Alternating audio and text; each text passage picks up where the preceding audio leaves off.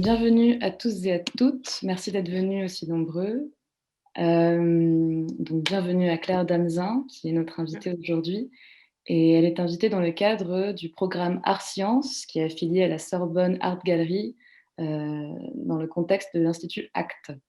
Donc voilà, et donc chaque fois, tous les 2 mois, Iglika et moi-même, nous invitons des scientifiques, des artistes qui s'interrogent sur ce dialogue qu'il peut y avoir entre ces 2 domaines qui pourraient paraître tellement éloignés, mais qui en fait, quelque part, ont des choses à se dire. Donc voilà, Iglika, si tu as des choses à ajouter.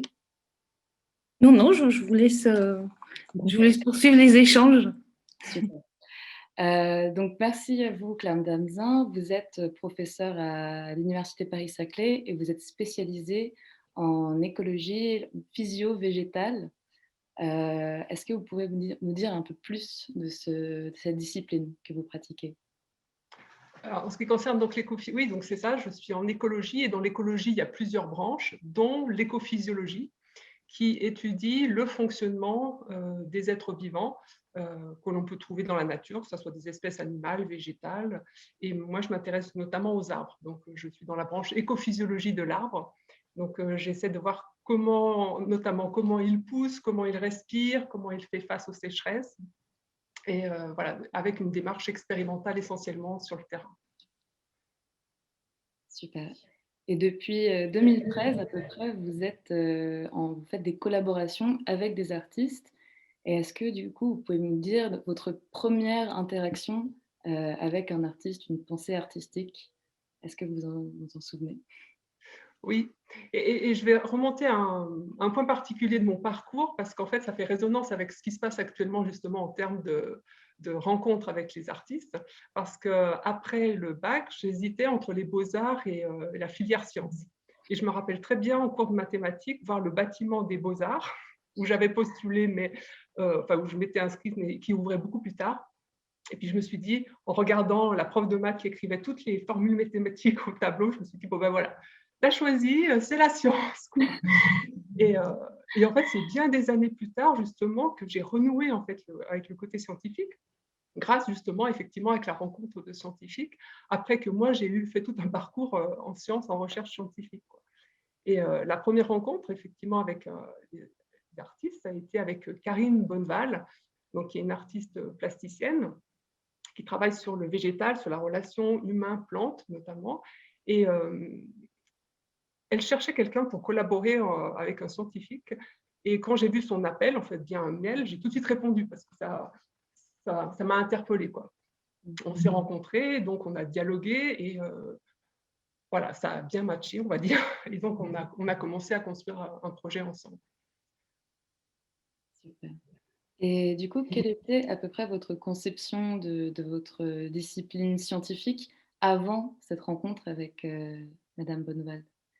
Oui, ben justement, concernant effectivement l'écologie, j'avais cette approche scientifique.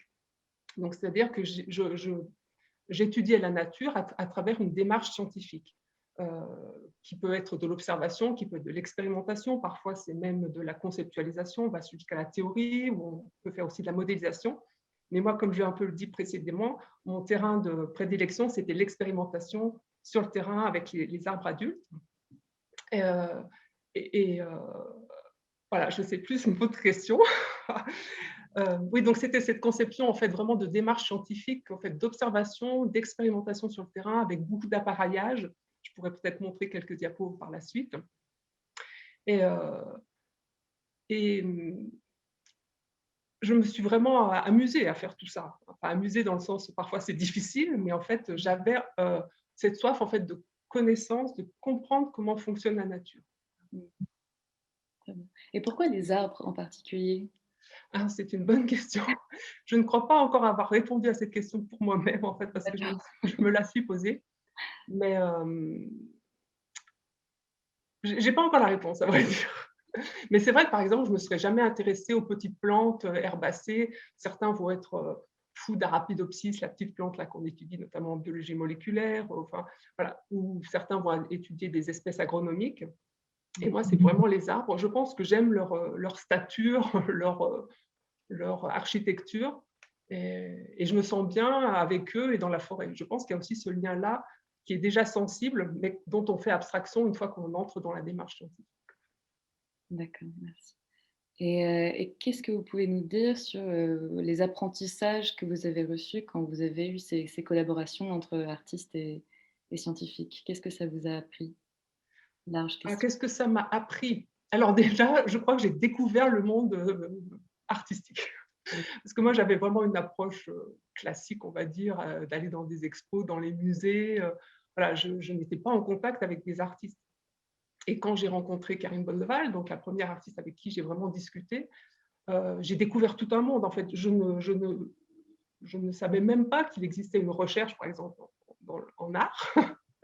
Donc c'est à ce moment-là que je me suis dit, mais vraiment, on ignore vraiment beaucoup de choses quand on se spécialise dans un domaine. Euh, Tout ce qui est à côté, bah, finalement, on ne le perçoit pas et c'est tellement d'une richesse que c'est dommage justement de ne pas faire des liens. Et donc j'ai découvert ça, par exemple, Karine Bonneval, mais Iglika Kristova, avec qui j'ai travaillé par la suite, ça a été la même chose, c'est-à-dire qu'il y a une richesse de réflexion, de repérage aussi, d'interaction, de lecture avec des philosophes, des anthropologues, enfin d'autres des domaines très variés, avec des questionnements profonds. Et c'est ça que j'ai découvert vraiment. Et moi, ça m'a ouvert des portes à l'intérieur, on va dire, parce que j'étais dans mon monde scientifique, mais je sentais qu'il me manquait quelque chose. Euh, Comme une usure de. J'ai toujours adoré faire la science et j'aime encore, il n'y a pas de souci, mais je me sentais un peu à l'étroit. Voilà, je crois que c'est cette sensation-là, comme s'il me manquait quelque chose d'autre. En fait. Et de discuter avec Karine Bonneval, la première fois qu'on a discuté, que je lui ai parlé de mes démarches expérimentales où j'ai travaillé notamment sur la respiration des arbres, et sur le terrain, on utilise tous des appareillages pour mesurer cette respiration des arbres. Et on met des chambres sur les troncs pour mesurer le CO2, par exemple, qui est émis par le tronc. Et quand je lui ai parlé de chambre, tout de suite, pour elle, chambre, c'était chambre dans une maison, chambre d'intimité, quoi. Donc, en fait, elle a tout de suite parlé intimité avec l'arbre, etc. Et on n'a pas ce langage-là en terrain scientifique, je vais dire. Donc, en fait, de pouvoir positionner ce vocabulaire-là de relation avec l'arbre au sein même de mon laboratoire, ça a été une sorte de soulagement presque, je vais dire. Est-ce que vous aviez hésité, quand vous étiez jeune à faire artiste? Donc quelque part, il y avait une envie, peut-être un peu, cachée, mais qui était là quand même? Oui, et pas forcément une envie effectivement de devenir artiste, mais en tout cas de ne pas laisser de côté le la relation à la nature plus sensible, plus, j'allais dire presque plus directe, c'est-à-dire sans appareillage, sans mesure, etc. Ouais. D'accord, merci. Et du coup, est-ce que pratiquer cette approche interdisciplinaire, ça vous a appris à penser et ressentir la nature et votre discipline, l'écologie, de manière différente? Euh, oui, parce qu'en fait, j'ai pu enfin allier les deux, justement, c'est-à-dire penser, ce qu'on fait beaucoup en science, on est beaucoup dans l'intellect, dans le mental, et ressentir, en fait. Je pense que j'ai choisi aussi une voie d'expérimentation sur le terrain parce qu'en fait, j'étais bien sur le terrain et donc quand j'expérimentais, il y avait quelque chose qui se passait où j'étais bien, mais ça, je n'y prêtais pas attention consciemment, on va dire, quand je faisais mes manips. Et là, de la démarche que j'ai eue avec Karine Bonneval, on a travaillé pas mal aussi sur le terrain. Elle est venue en forêt avec moi et on a fait des travaux ensemble sur le terrain, on va dire. Euh, Ça m'a permis, en fait, là aussi, d'avoir un positionnement différent sur, normalement, des zones où je suis en terrain d'expérimentation scientifique, mais là, de pouvoir approcher l'arbre aussi avec mon ressenti. Parce qu'une des particularités qu'il y a eu dans le travail avec Karine Bonneval, c'est qu'on pouvait échanger nos rôles. Et c'est vraiment ça que j'ai vraiment apprécié notamment, c'est que Karine, elle est bien artiste, bien sûr, mais elle a un esprit très scientifique. Et moi, je suis scientifique, mais je peux avoir un esprit, disons, artiste. Et du coup, sur le terrain, où on a commencé à faire un petit film expérimental, euh, parfois c'était elle la scientifique et parfois c'était moi l'artiste, vous voyez. Et donc, en fait, ces échanges de rôles qui se faisaient de manière assez fluide, en fait, presque naturellement, ça a été vraiment ce dont je parle parfois, c'est cette réconciliation intérieure, c'est-à-dire de me permettre en terrain forestier, dans la forêt, d'être à la fois scientifique et à la fois avec mes autres facettes, dont la facette artistique. Voilà. Et ça, c'est vraiment la rencontre avec les artistes qui m'a permis de faire ça, en fait. Et de ne pas séparer les deux. C'est-à-dire qu'avant, j'avais les deux facettes, mais je les compartimentais. Dans mon travail, je ne mettais pas le côté facette artistique. D'accord. C'est vrai parce on peut souvent avoir, enfin, moi je parle un peu avec des scientifiques et on a souvent une incompréhension évidemment de chacun de nos côtés parce que dans la société on est séparés complètement, il y a très peu d'échanges. Mais du coup je ressens souvent, moi en tant qu'artiste, chez les scientifiques une peur presque qu'on va venir et romantiser quelque chose qui devrait être que des faits. Et voilà, qu'est-ce que vous en pensez de ça? Oui, bah là, je peux relater ce que j'ai vécu. Alors, dans ce que j'ai fait avec le projet avec Iglika Kristova, parce que j'ai vécu ça, là aussi, intérieurement, très fort, justement. Cette, cette limite, cette frontière presque imperméable entre la science qui résonne et qui ne veut pas entendre résonner nos corps ou nos émotions, on va dire. Et avec l'Iglika, donc on a eu tout un dialogue, et notamment on a eu un dialogue graphique à un moment donné, où on partait d'une image scientifique de microscopie qui étudiait l'intérieur de l'arbre, les tissus de l'arbre. Et moi, j'en faisais aussi un dessin scientifique, parce qu'il y a des codes où on peut relater sur un dessin scientifique les différents tissus, localiser les cellules, etc. Et Iglika, avec son imaginaire, à partir de ces dessins, de ce dessin scientifique et de cette photo, a fait son dessin artistique, on va dire. Et ensuite, elle m'a proposé d'aller dans son dessin artistique, y mettre ma patte, entre guillemets. Et c'est là qu'il y a eu tout un truc qui s'est passé dans ma tête. Donc, j'étais chez moi, j'ai un petit atelier parce que j'aime bien dessiner, donc j'avais mis ce dessin-là que Iglika m'avait retransmis. Et là, je me disais, mais est-ce que moi, en tant que scientifique, je peux aller dans le dessin artistique? Est-ce que j'y vais avec ma facette artistique ou est-ce que je peux y aller aussi avec ma facette scientifique? Et là, j'ai senti qu'effectivement, il y avait quelque chose à dépasser. Et je l'ai senti en moi à l'intérieur. Et ça a été vraiment important, ça, en fait. Parce que du coup, bah, au final, j'y suis allée quand même.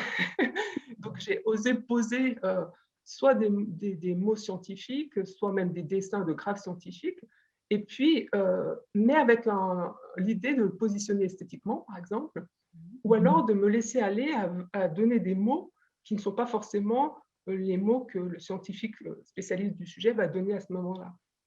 D'accord, donc une forme de liberté en fait, une fois qu'on a dépassé les limites. Oui, c'est ça. Et c'est vrai qu'il y a souvent la peur chez le scientifique de perdre la raison, entre guillemets, si on va dans le sensible. Donc, en fait, c'est un peu ça. C'est-à-dire qu'on va perdre la raison si on va en zone sensible. Voilà, c'est vraiment ça.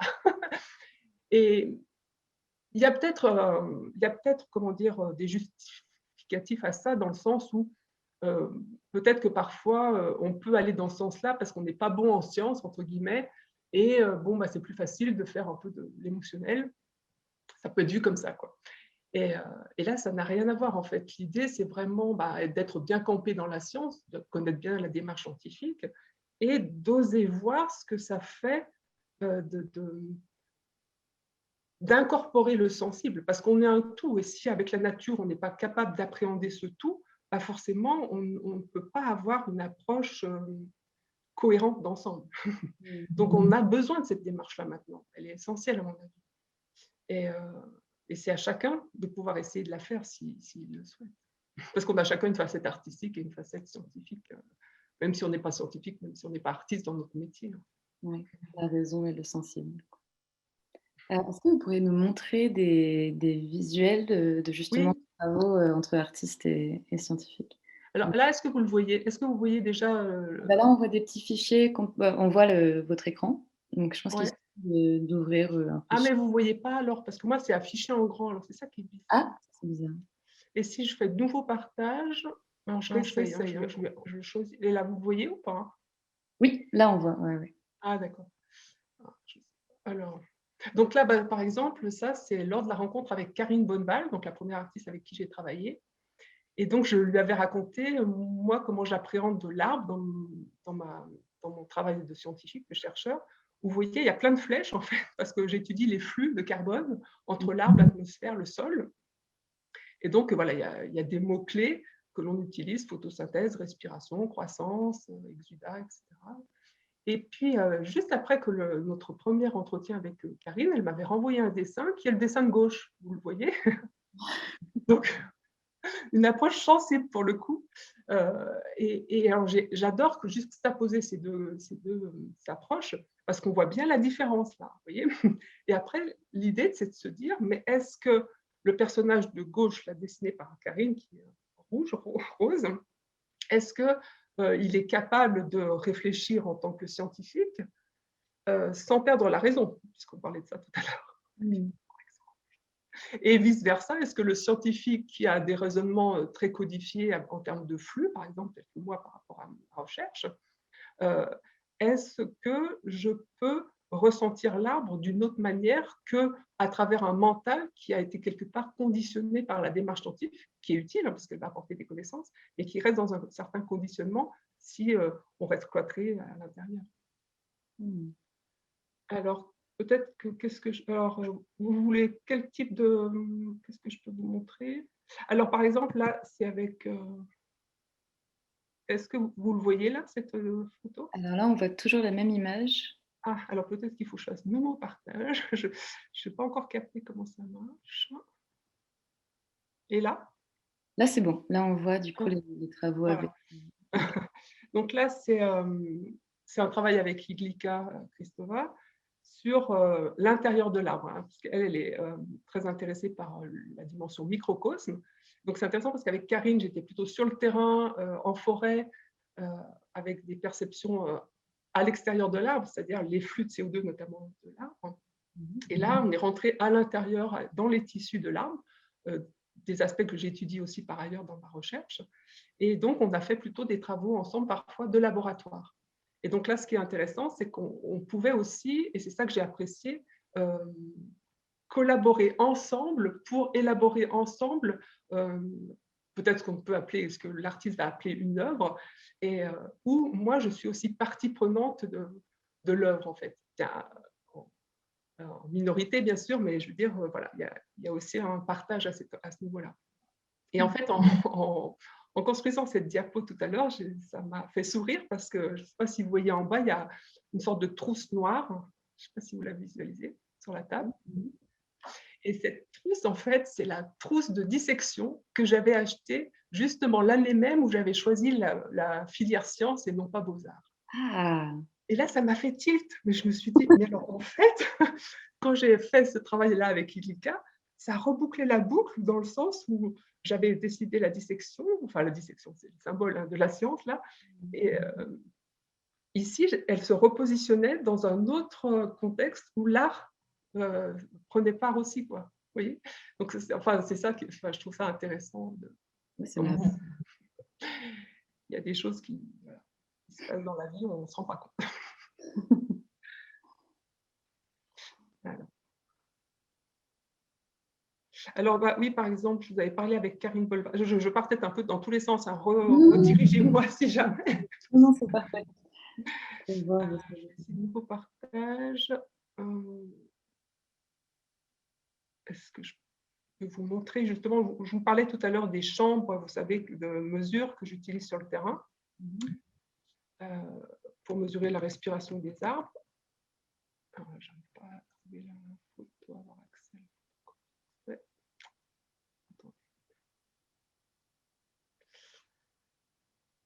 Alors, je vais tenter. Je ne sais pas si ça marche. Est-ce que là, c'est bon? Non, là, on voit toujours les travaux avec Iglika. Ouais. Oui, je peux essayer de. Je ne sais pas comment, c'est. Il y a quelque chose qui m'échappe. Alors. Je réessaye. Et là? Et non, toujours pas. Non. Je vais essayer de partager mon écran parce que j'ai le. Hop. Vous voyez mon écran là ou pas? Moi, non, mais. C'est étrange. D'accord. Veuillez déplacer cette fenêtre.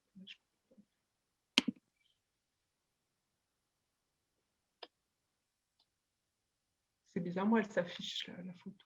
Ah bah là, ouais.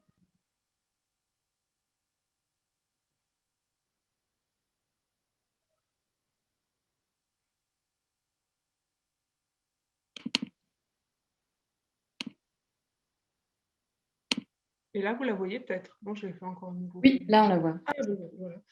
Alors que là, cette photo illustre en fait les différents types de chambres que j'ai utilisées pour ma recherche sur les échanges gazeux des arbres, notamment les troncs, les branches, leur respiration. Et vous voyez, elles peuvent être très petites, elles peuvent être placées dans le feuillage parfois, elles peuvent être placées sur les troncs, elles peuvent être placées sur les branches. Et puis parfois, juste en haut à droite, vous voyez une énorme chambre en fait qui entoure tout un houppier d'arbres, parce que là, on marquait l'arbre, donc on envoyait du CO2 marqué et on voulait voir où le carbone allait aller ensuite dans l'arbre et dans le sol. Donc voilà, ça, c'est les chambres. Et nous, on utilise ce mot chambre couramment. Voilà, c'est des chambres de mesure. Voyez. Et c'est là où Karine a tilté sur chambre, plus chambre d'intimité, avec l'idée justement de construire une chambre d'intimité. Je ne sais pas si vous voyez là la photo. Hein, vous voyez la photo là ou pas? Oui, oui, on voit bien. Ah, Oui, d'accord. très bien. Vous voyez, donc en fait, elle a eu l'idée de construire une chambre d'intimité où l'humain pourrait rentrer, suffisamment grande pour que l'humain rentre dans cette chambre. En fait, c'est une structure géodésique, comme on voit bien à droite, et qui entoure l'arbre et où l'humain peut rentrer. Et donc, en fait, c'est une chambre, mais ce n'est pas une chambre de mesure, mais à l'intérieur, on a remis des chambres de mesure telles que je peux les utiliser pour capter aussi le CO2 de l'arbre. Et dans cette manip, en fait, ce qui a été intéressant, c'est qu'on a pu contacter une boîte qui s'appelle FLIR, qui en fait développe des caméras infrarouges. Et elle avait tout récemment développé une caméra infrarouge qui permettait de visualiser le CO2.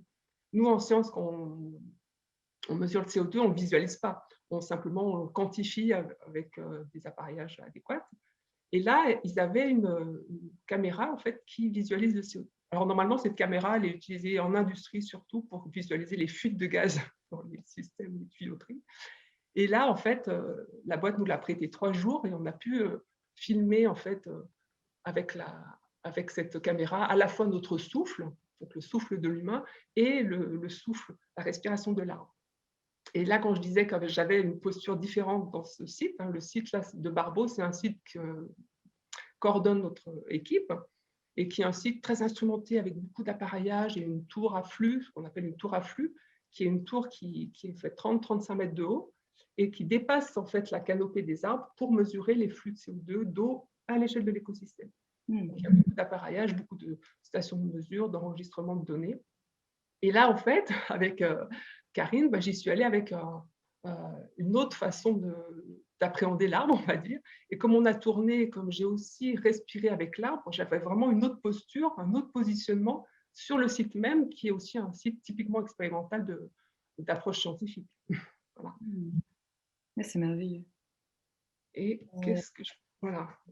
Ça, c'était les exemples un peu de... Je ne sais pas ce que j'ai d'autre là. Ah ben là, je ne sais pas si je peux parler de ça maintenant aussi ou après, parce que posez-moi peut-être d'autres questions, parce que sinon... Non, continue, comme ça on a une illustration de vos travaux. Alors, là, c'est les travaux d'Iglika, Iglika Kristova, donc la deuxième artiste avec qui j'ai travaillé, et donc où on était plus focalisé sur l'intérieur de l'arbre. Et en fait, ce qui m'a aussi plu avec Iglika, c'est qu'elle a une approche scientifique, elle est attirée par la science, voilà, moi c'est mon ressenti. Donc il y a une attraction pour le scientifique, pour le laboratoire.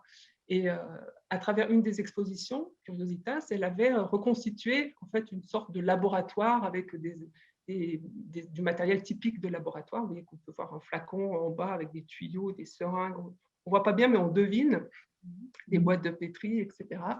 Et en fait, de voir ça, de voir le laboratoire réapproprié différemment par l'artiste, m'a renvoyé aussi une autre image du laboratoire. Je ne sais pas comment expliquer ça, parce qu'à force de faire de l'expérimentation, du laboratoire, il y a peut-être une certaine banalité du laboratoire qui s'induit en nous, et on a le même regard, le regard d'un scientifique qui va rentrer dans son laboratoire.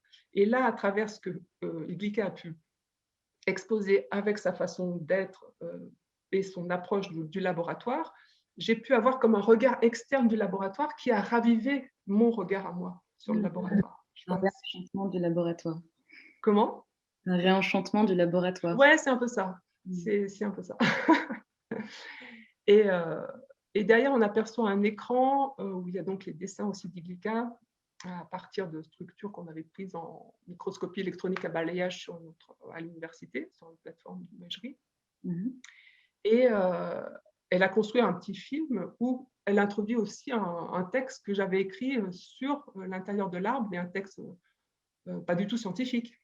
Et là aussi, ça m'a permis en fait de mettre en activité, j'allais dire, mon côté scientifique qui pouvait s'introduire dans du matériel déjà... Non, mon côté artistique qui pouvait s'introduire dans du matériel artistique que Iglika et Christopha créaient. Quoi.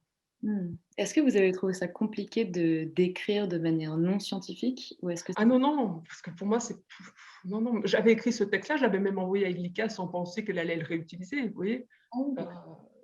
C'est parce que suite à nos dialogues, en fait ce que m'a permis aussi Iglika dans la démarche, en fait, dans notre projet, c'était aussi une liberté de discussion.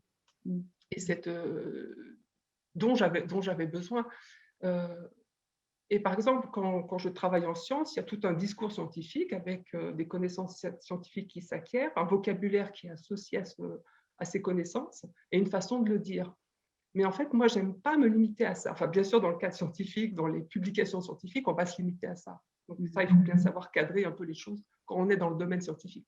Mais ensuite, en tant que personne, pas que scientifique, j'ai comme une tendance à vouloir, c'est même pas vouloir, c'est à spontanément utiliser ce matériel scientifique pour aller réveiller d'autres choses en nous à travers soit des métaphores, soit des allégories, soit du symbolisme. Je ne sais pas quel mot exactement il faut utiliser, mais comme si en fait cette connaissance scientifique pouvait nous évoquer des choses en nous autres que la facette scientifique.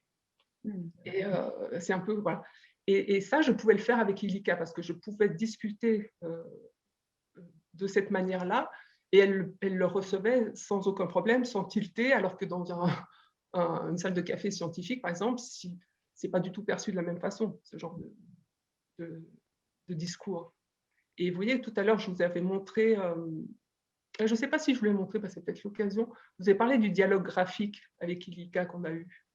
Oui. À partir des... Je vais essayer de le retrouver, voilà. Je ne sais pas si vous le voyez, ce rond. Diapo ? Oui, on la voit. Voilà.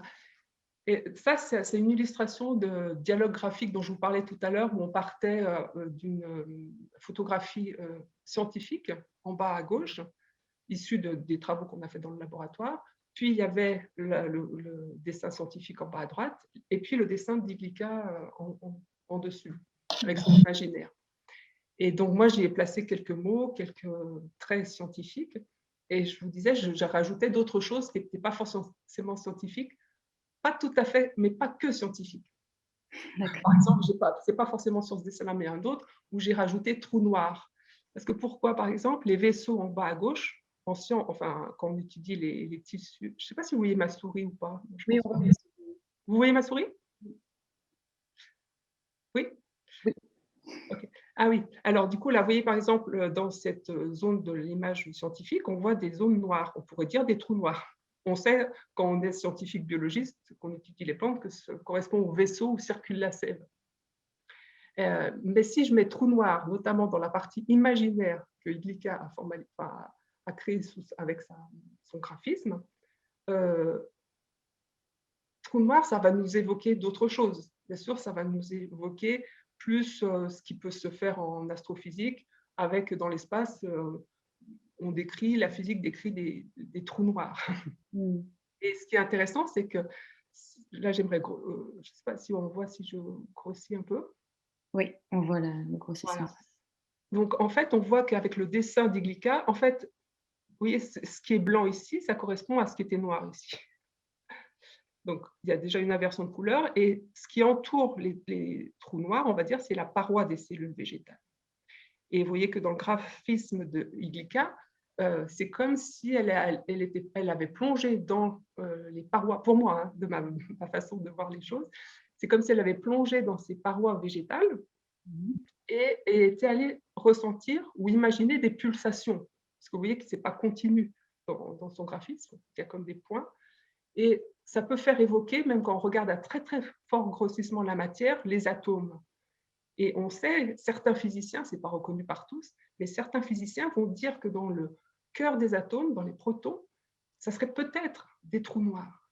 Donc vous voyez, quand j'évoque trous noirs, il y a plein de liens que je fais et qui peuvent résonner d'une manière ou d'une autre, en fait. Aussi en science, mais pas que dans la science écologique, mais aussi à travers l'imaginaire que Ilika propose ici. Et voilà.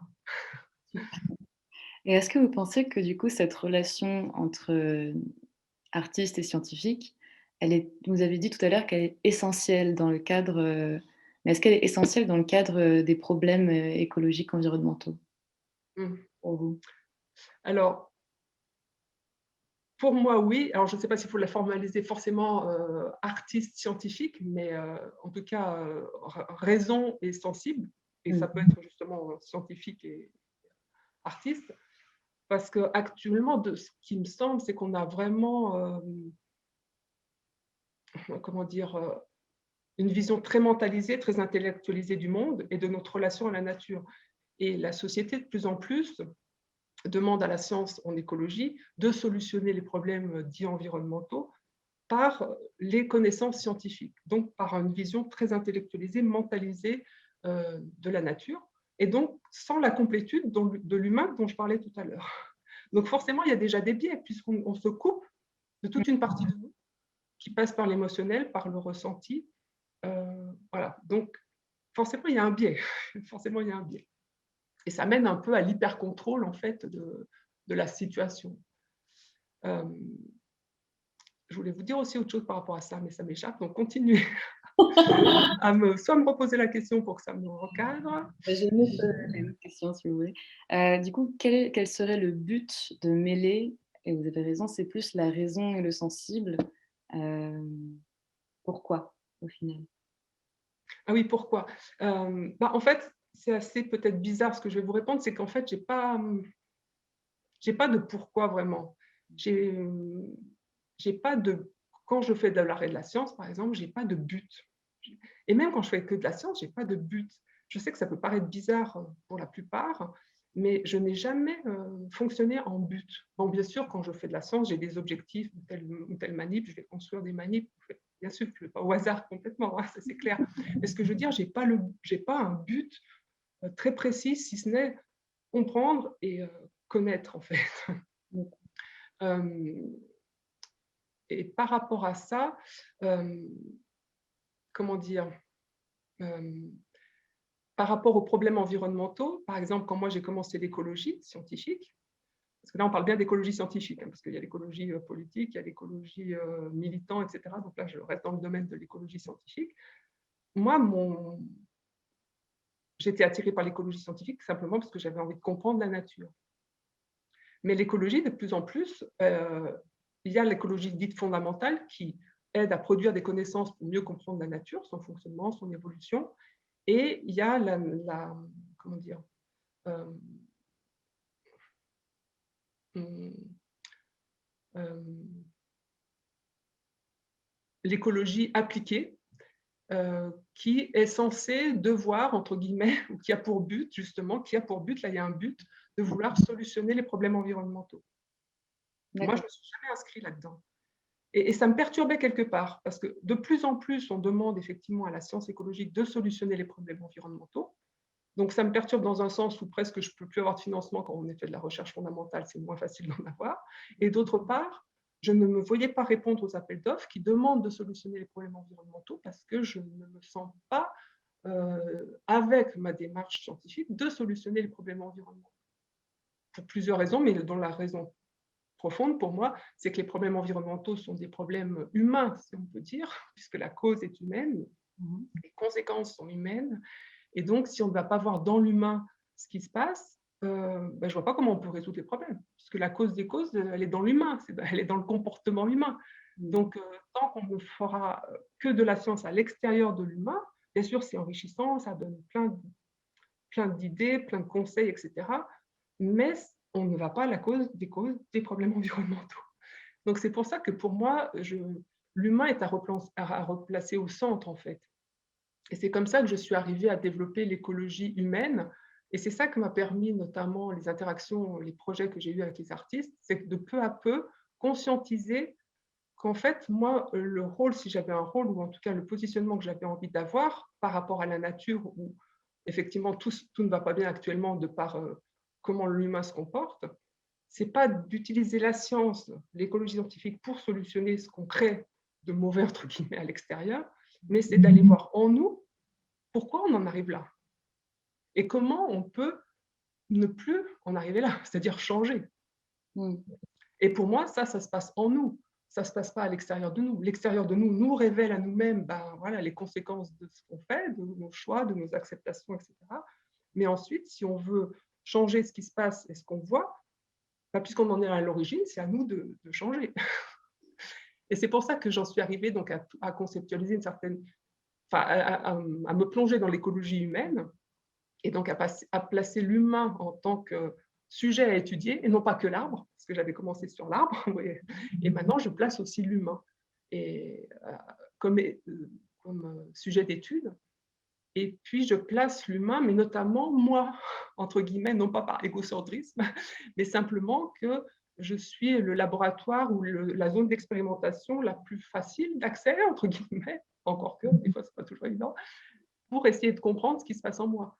Ce qui s'est passé, par exemple, quand je vous parlais tout à l'heure de, justement sur ce dessin, où j'ai dû confronter quelque part ma facette artistique et scientifique. Donc voir comment elles se comportaient les unes des autres, l'une face à l'autre, et comment elles pouvaient éventuellement se réconcilier ou pas. Et c'est pour ça qu'en fait, pour moi, par exemple, pour solutionner les problèmes environnementaux, le rôle d'allier en fait le sensible et le rationnel, c'est d'aller voir, par exemple, en nous, est-ce que mon côté rationnel a tendance à dénigrer mon côté sensible? Je pense que c'est souvent le cas chez les scientifiques. Et vice-versa, est-ce que mon côté sensible à l'intérieur de moi n'a pas peur de la force de la raison? Vous voyez. Et donc ça, c'est intéressant d'aller voir en nous ce qui se passe et déjà de prendre conscience de ça et puis après de voir si d'essayer de se positionner différemment, de rétablir un équilibre pour que chaque facette puisse s'exprimer en toute liberté, justement. Ouais.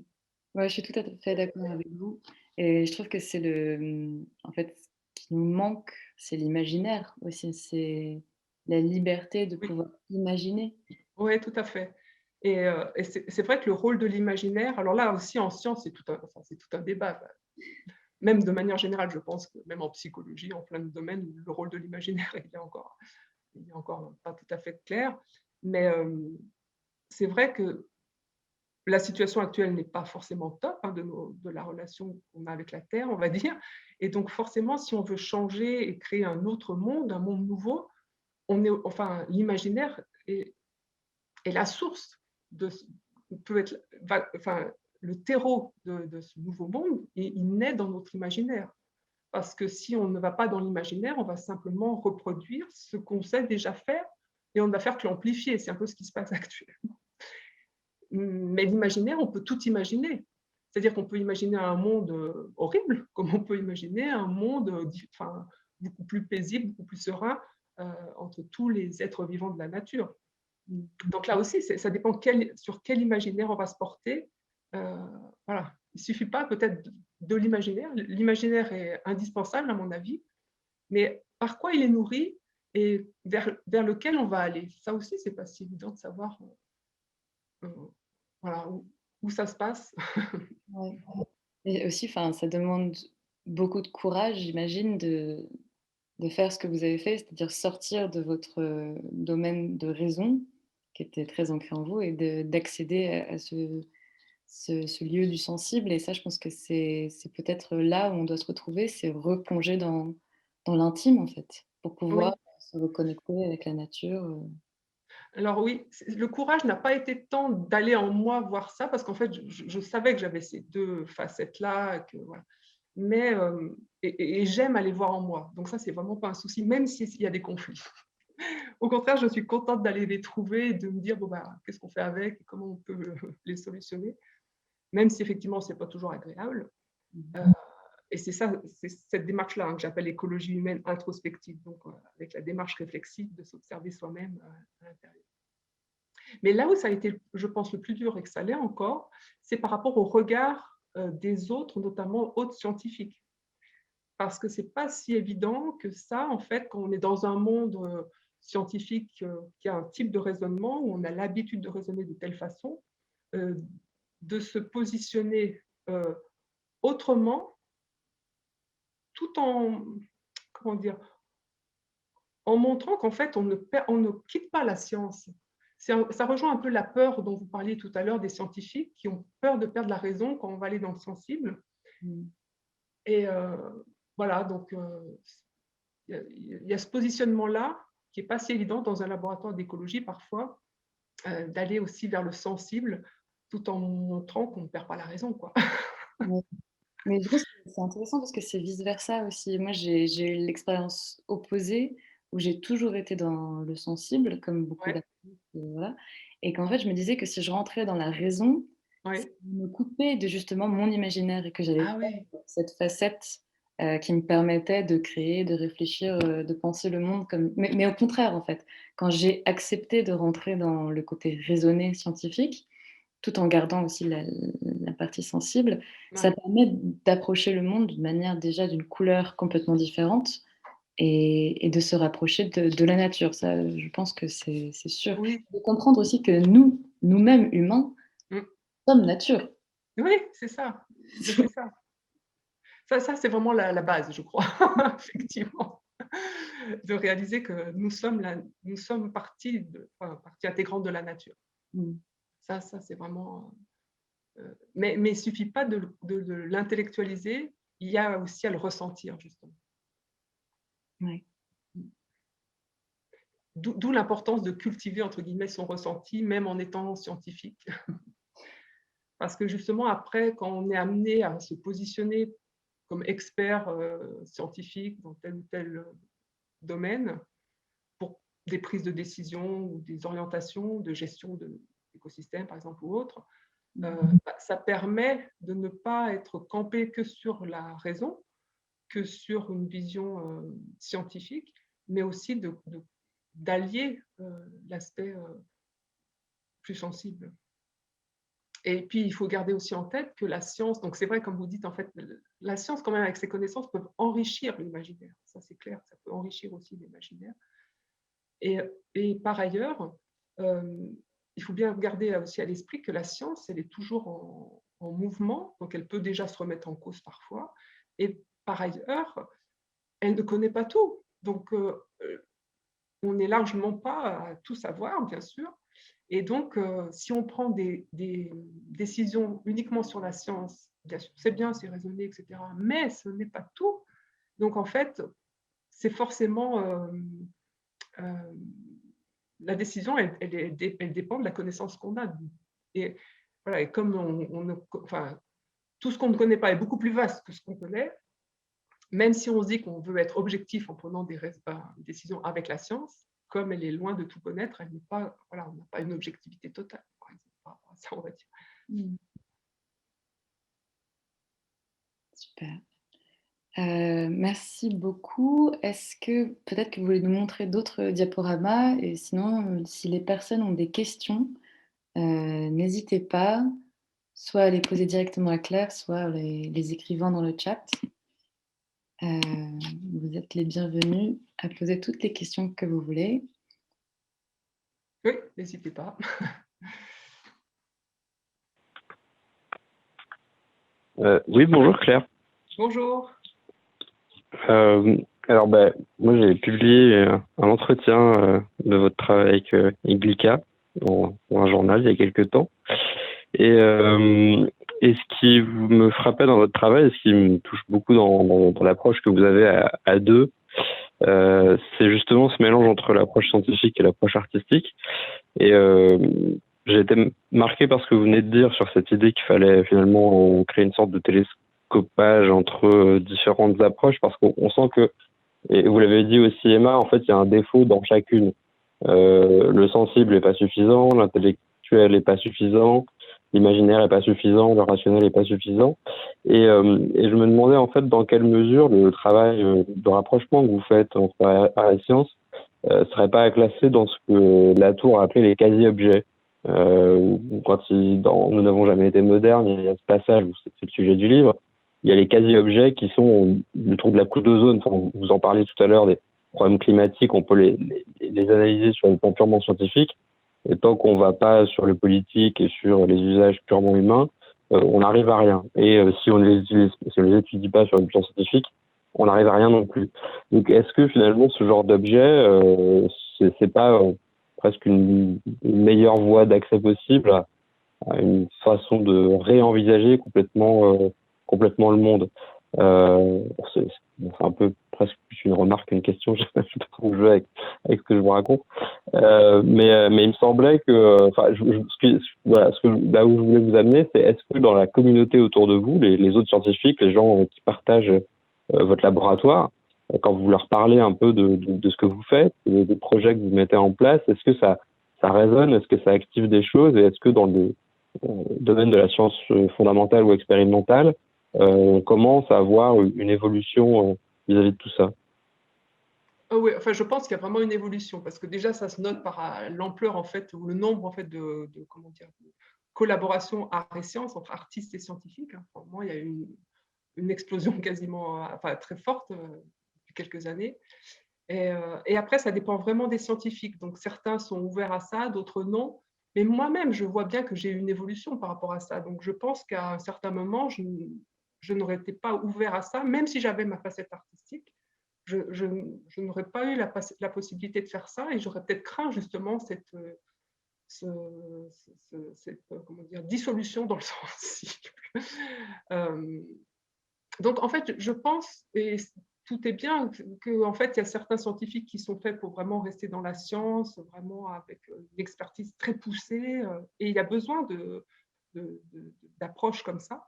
Et puis d'autres personnes qui sont plus à faire des liens et à aimer justement pouvoir passer d'un domaine à l'autre et de pouvoir fluidifier en fait ces interactions-là. Voilà, c'est vraiment chacun. C'est comme au sein de la science, en fait, même en écologie, il y en a certains qui vont aimer étudier les poissons, d'autres les arbres, d'autres le sol, etc.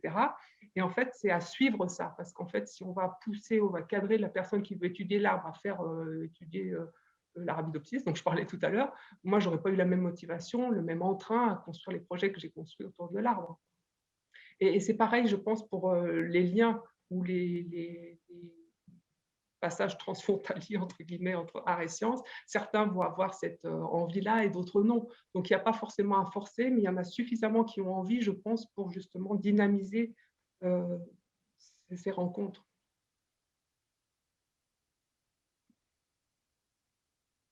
Et par rapport à ce que vous disiez tout à l'heure, par rapport aux autres dimensions qu'il est nécessaire de convoquer en fait, pour notre relation avec la nature, pour l'appréhender dans son entièreté, moi, ma philosophie, c'est vraiment aussi d'aller voir à l'intérieur, c'est-à-dire de ne pas simplement voir à l'extérieur l'artiste, le scientifique, etc., mais voir toutes ces facettes-là à l'intérieur de nous, parce que c'est vraiment là que ça se joue. Et c'est vraiment là qu'on peut changer les choses. J'aime cette phrase de Rumi qui dit avant, j'étais intelligent et je voulais changer le monde. Maintenant, je suis sage et j'essaie de me changer moi-même. Et franchement, moi, ça me parle énormément. Je sais que ça ne va pas parler à tout le monde, mais voilà, c'est une des phrases qui porte un peu ma démarche actuelle. Merci. Merci. Merci beaucoup. Quelqu'un a une autre question? Oui, mais merci pour cette intervention. Alors, juste, vous m'entendez? Oui. Ah, d'accord. Je me demandais en fait si l'art, pour revenir finalement à l'expérience artistique, est-ce que l'art ne peut pas être finalement le plus beau pont Et on sait qu'un pont sépare et relie en même temps. Le plus beau pont de cette écologie, d'une part scientifique et d'autre part humaine. Ah, c'est un des ponts, j'allais dire. J'allais dire que c'est l'art de vivre à ce moment-là qu'il faut considérer. Mais l'art, entre écologie humaine, je suis en train de réfléchir en même temps, hein, entre écologie humaine et écologie scientifique, l'écologie humaine est dans mon approche. J'ai une approche scientifique de l'écologie humaine, mais forcément, puisque l'humain a des émotions, a une spiritualité et tout ça, j'intègre tous ces domaines-là pour approcher l'écologie humaine, qui n'est forcément pas que scientifique, effectivement. Et donc, l'art, effectivement, est un des ponts, mais je ne pense pas que ça soit le seul. Je ne sais pas, mais je pense que, par exemple, le ressenti, sans qu'il y ait forcément de l'art derrière, mais simplement dans la perception en fait de la nature, quand on est dans la nature, ce qu'on ressent, et simplement être conscient de ce qu'on ressent, pour moi, ça fait partie de l'écologie, du lien entre écologie scientifique et écologie humaine. C'est-à-dire que ne pas avoir simplement la posture scientifique, intellectuelle dans la nature, mais aussi d'y intégrer, d'avoir conscience de notre ressenti, d'un ressenti qui va avec. En fait. Et après, il peut se traduire à travers l'art, et à ce moment-là, être montré au monde à travers les œuvres, par exemple. Et ça peut être utile pour le montrer et que ça puisse résonner chez certains, en fait, et induire la même chose. Donc cette réconciliation passerait nécessairement par le ressenti. Ouais, pour moi, oui. Vraiment, je pense qu'on est vraiment coupé de son ressenti. Et c'est tout un travail à faire. Et c'est pour ça, c'est un des aspects de l'écologie humaine sur lequel j'insiste beaucoup, c'est cet aspect ressenti, en fait, qui est avant même la pensée, en fait, qui est corporelle.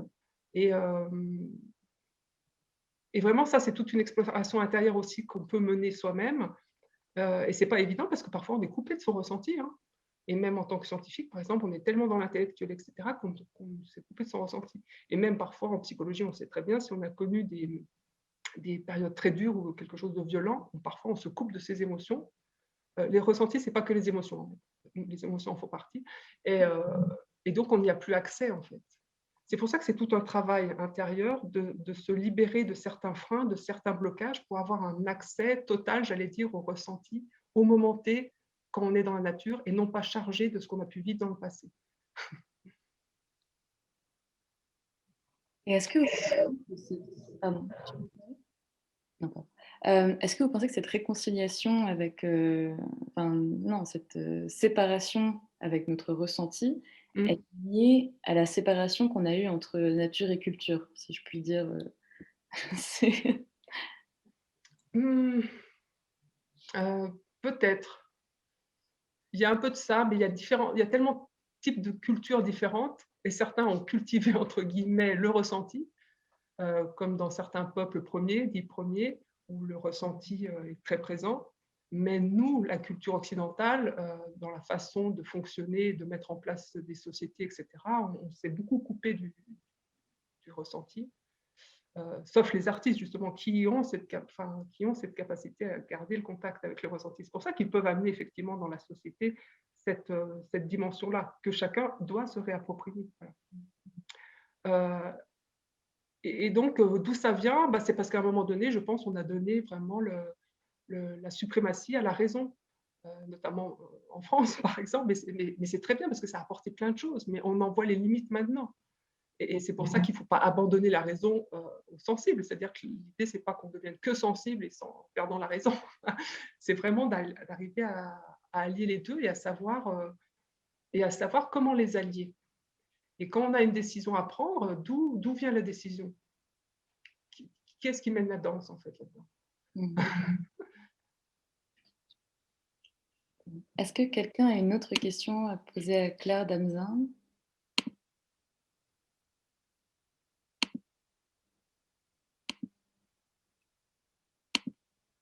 Non. Bon, bah, je pense que Iglika, qu'est-ce que tu veux peut-être dire un petit mot de fin pour te présenter? Bah, ah, on t'entend pas. Tu Ah, le on micro. t'entend pas.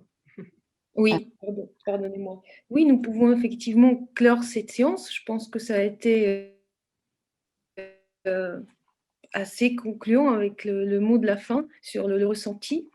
Et on vous donne rendez-vous effectivement pour un prochain rendez-vous avec Jérôme Magimel, qui est spécialiste des nanotechnologies. Donc vous aurez toutes les informations sur le site de Sorbonne Art Gallery. Nous n'avons pas encore la date précise, mais ça ne va pas tarder. Voilà, merci encore une fois à Emmanuel et à Claire Damezin pour cette rencontre et à très bientôt.